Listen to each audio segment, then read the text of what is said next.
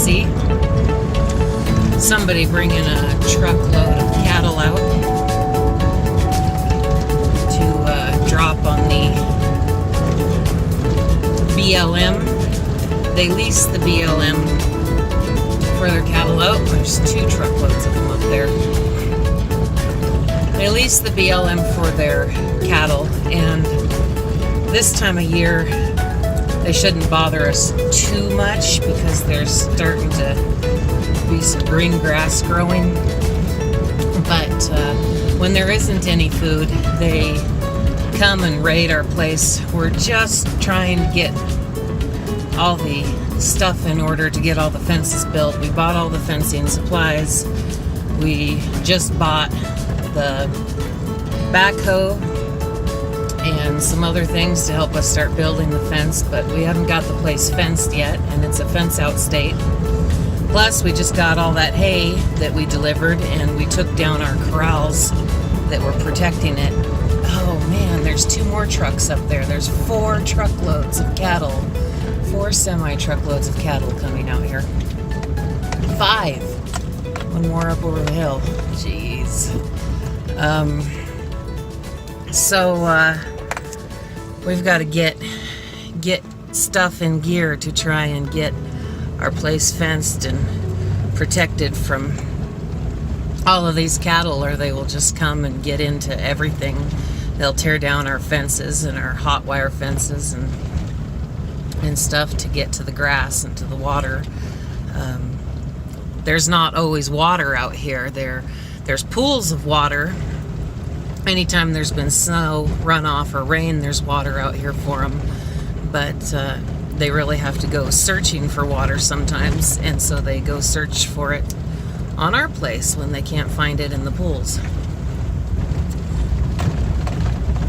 Because that's much more convenient than traveling down the creek for miles and miles. These fence out states are just not kind to the little guy who doesn't have $10,000 to invest just in fencing their property. So we've gathered several $1,000s in material and the backhoe and the postal auger and everything. It's taken us over a year to get together the supplies that we need so that we can fence the place. And some of these cattle are mean, wild. They'll charge you and that, or practically take you out when you're trying to run them off. My dog Charm, he's awesome. He knows the second he sees them, he just takes them, runs the cattle right off the property and comes back. I don't even have to follow him or help him out or anything. He knows just what to do with them every time.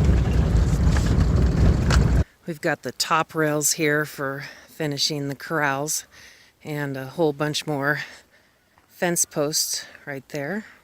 We've got all these posts here. What I've got to do is tear down her pen and use a couple of the panels over on the new corrals. So I'll use a couple of panels to close off the corral here, and then take the rest of those panels from where we had the hay before, and I'll use those to protect all of the hay right here.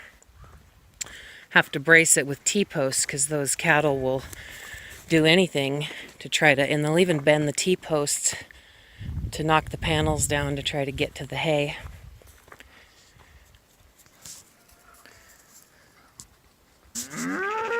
And then we have all the supplies here that we've purchased. Tons of wire, some more fence posts, and more T-posts. So all in all, this is a few $1,000s in supplies, and we just have to, we can use more of those round corrals to make a bigger area for the hay as soon as James finishes building more gates like this one that he built. He made every bit of it. He made the latches and everything. So that took some time, and he's got several more of them to build so that we have more